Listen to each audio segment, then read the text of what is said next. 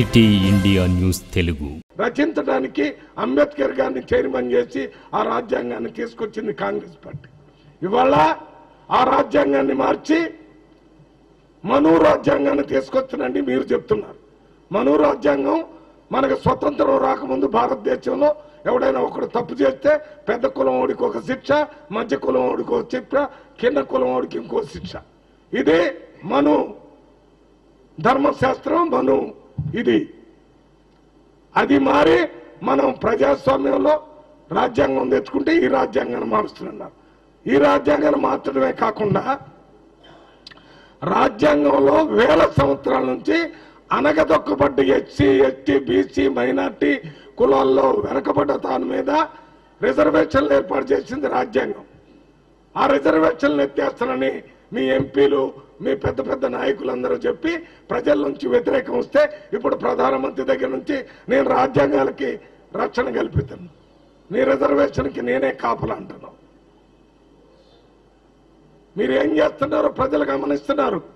ఇవాళ నేను ఉత్తరప్రదేశ్లో రాయబరేలీ ఎలక్షన్ పోయి అక్కడ ప్రజల యొక్క నాడి గమనించి వచ్చాను.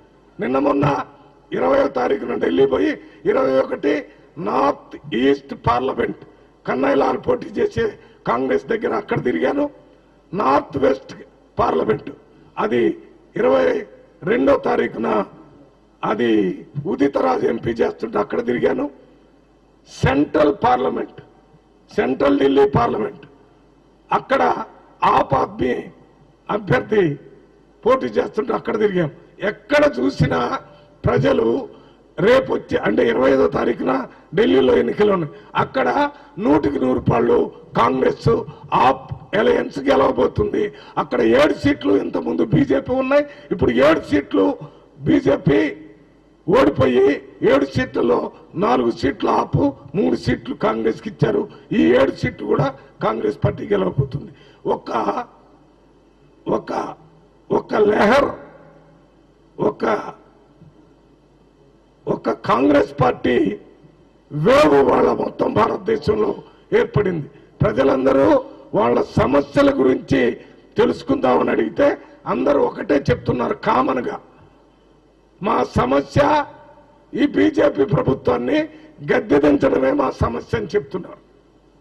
ఏ రకంగా అయితే తెలంగాణలో రాష్ట్ర స్థాయిలో ఎమ్మెల్యేలకు ఎన్నికలు జరిగినప్పుడు మా సమస్య ఈ తెలంగాణలో బీఆర్ఎస్ కేసీఆర్ ప్రభుత్వాన్ని గద్దెదించడమేనని ఓటేసి కాంగ్రెస్ ప్రభుత్వాన్ని గెలిపించారో, ఇవాళ భారతదేశంలో ప్రజలందరూ ఆ బీజేపీని గద్దెదించి ఆల్టర్నేటివ్ గా ఇండియా కూటమిని కాంగ్రెస్ పార్టీ నాయకత్వంలో తీసుకొని రావాలని కోరుకుంటున్నారు.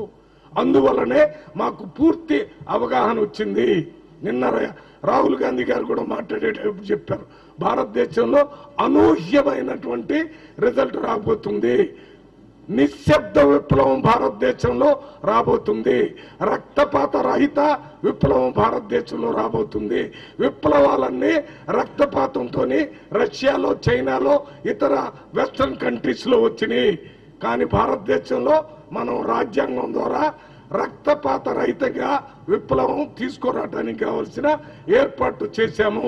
అందువల్లనే ప్రతి 5 సంవత్సరాలకి ఎన్నికల్లో ప్రతి మనిషికి ఒక ఓటుకి ఒకటే విలువ, దాని ద్వారానే మార్పు తీసుకుని వస్తున్నారు. భారతదేశ స్వతంత్రం వచ్చిన తర్వాత చరిత్రను చూసినా ఎప్పుడెప్పుడు రాజ్యాంగం మీద దాడి జరిగినట్టుగా కేంద్ర ప్రభుత్వాలు, రాష్ట్ర ప్రభుత్వాలు చేస్తే ఆ రాజ్యాంగాన్ని, ప్రజాస్వామ్యాన్ని, సెక్యులరిజాన్ని ప్రజలే రక్షించి మళ్ళీ ప్రభుత్వాన్ని గాడి తప్పిన ప్రభుత్వాన్ని గాడి మీదకి తీసుకొచ్చిన పనులు జరిగినాయి. ఇవి జరుగుతున్నాయి. ఇంకొకసారి రేవంత్ రెడ్డిని కానీ లేక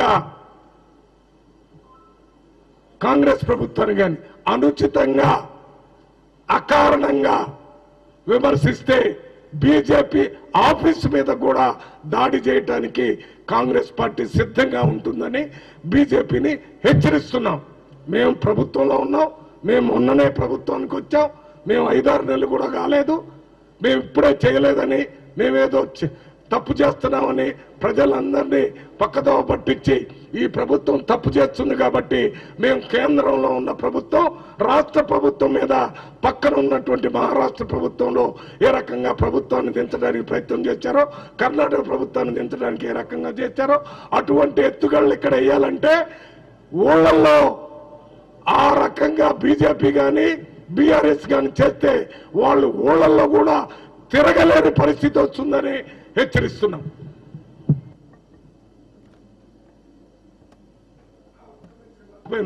వన్ మినిట్. ఇదే కిషన్ రెడ్డి సోనియా గాంధీ గారు యూపీఏ చైర్మన్ గా ఉండి ఆ రోజు తెలంగాణ రాష్ట్రాన్ని ఇవ్వడానికి బిల్లును పెట్టి ఆ రోజు శ్రీరామ్ కమిటీ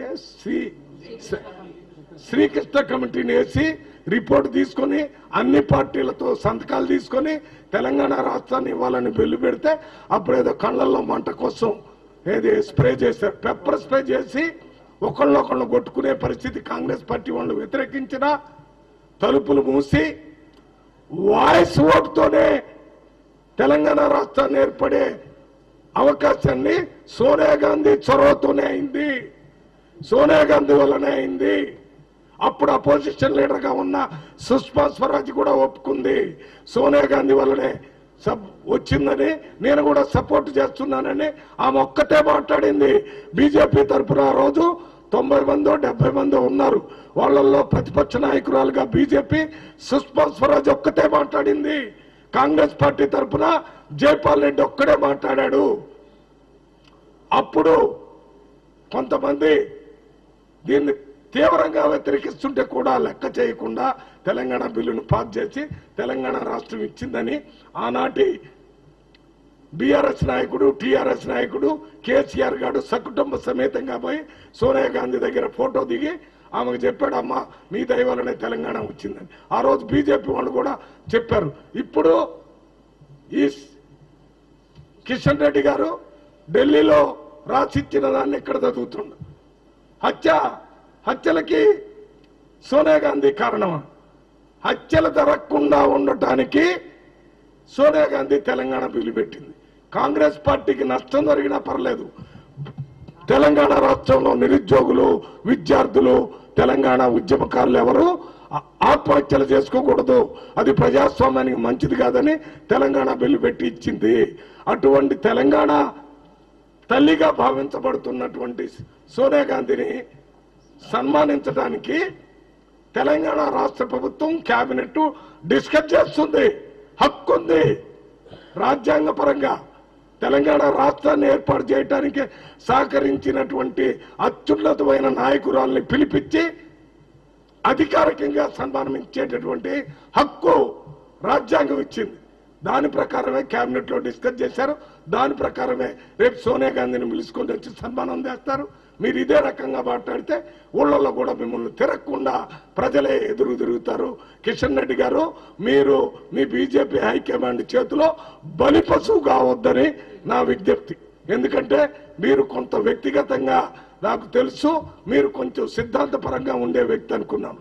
మీ ఐడియాలజీ మీది, కాంగ్రెస్ పార్టీ ఐడియాలజీ మాది. అంతేగాని ఈ రకంగా అబద్ధాలని ప్రచారం చేయడానికి మిమ్మల్ని ఉపయోగించుకుంటున్నారని ఆ ట్రాప్ లో పడకుండా మిమ్మల్ని మీరు రక్షించుకోవాలని కూడా మీకు నేను విజ్ఞప్తి చేస్తూ, ఇటువంటి కామెంట్స్ ఇక భవిష్యత్తులో జరిగితే కాంగ్రెస్ పార్టీ ఊరుకునేది లేదు. ది బెస్ట్ చీఫ్ మినిస్టర్ ఈ రేవంత్ రెడ్డి ఇంతకుముందు ఏ చీఫ్ మినిస్టర్ చేయనంత పని 100 రోజుల్లో చేశాడని దాన్ని నిరూపించడానికి మేము ఎక్కడైనా చర్చలకు సిద్ధంగా ఉన్నాం. బీజేపీ కానీ బీఆర్ఎస్ నాయకులు కానీ ఎక్కడ పిలిస్తే అక్కడ. రేవంత్ రెడ్డి గారు అవసరం లేదు, మీరు టైం ఇవ్వండి, ప్లేస్ ఇవ్వండి, నేను వస్తాను మల్లు రవిగా వైస్ ప్రెసిడెంట్ గా.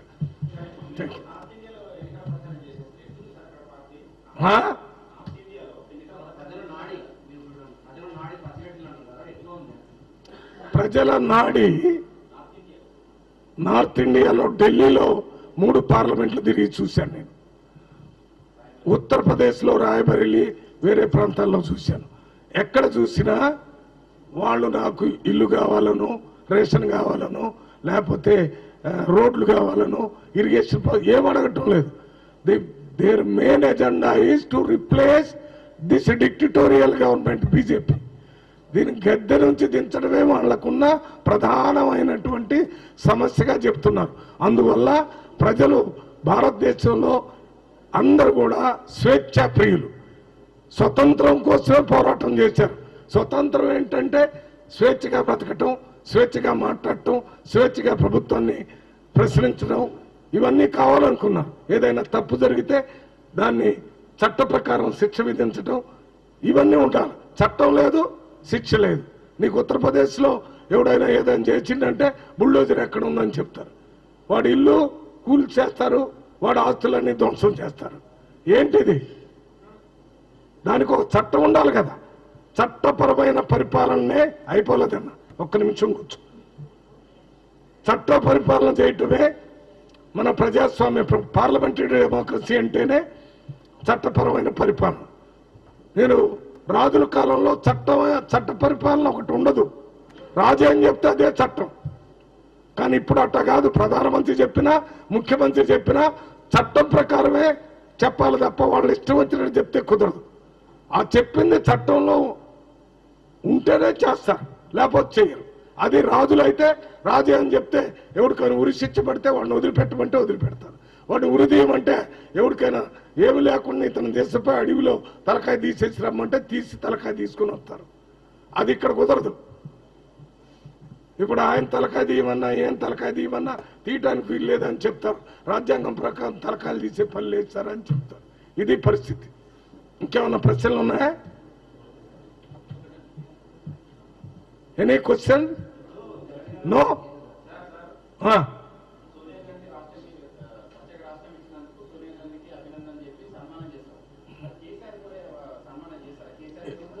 ఎవరికి?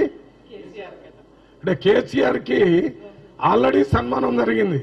2000 మొన్న జరిగినటువంటి 2023లో అదే పెద్ద సన్మానం. మొదట్లో ఆయన్ని తెలంగాణ ప్రజలు తెలంగాణ కోసం లాబీ చేశాడు. ఆయన ఒక పార్టీని పెట్టాడని ఆయన ఒకటోసారి రెండోసారి గౌరవిస్తే మొత్తం సేవ ఏదది పేనుకు పెత్తనం ఇస్తే ఏం చేసిందట? ఏం చేసింది? మొత్తం కొరిగేసిందట. అట్లయింది. ఆయన పెత్తనం ఇస్తే మొత్తం నెత్తి కొరికేసిండు. అందుకని ప్రజలు గుండుతో ఉన్నారు కాబట్టి మళ్ళీ కొత్త వ్యవస్థని తీసుకొని వచ్చి అభివృద్ధి జరగాలని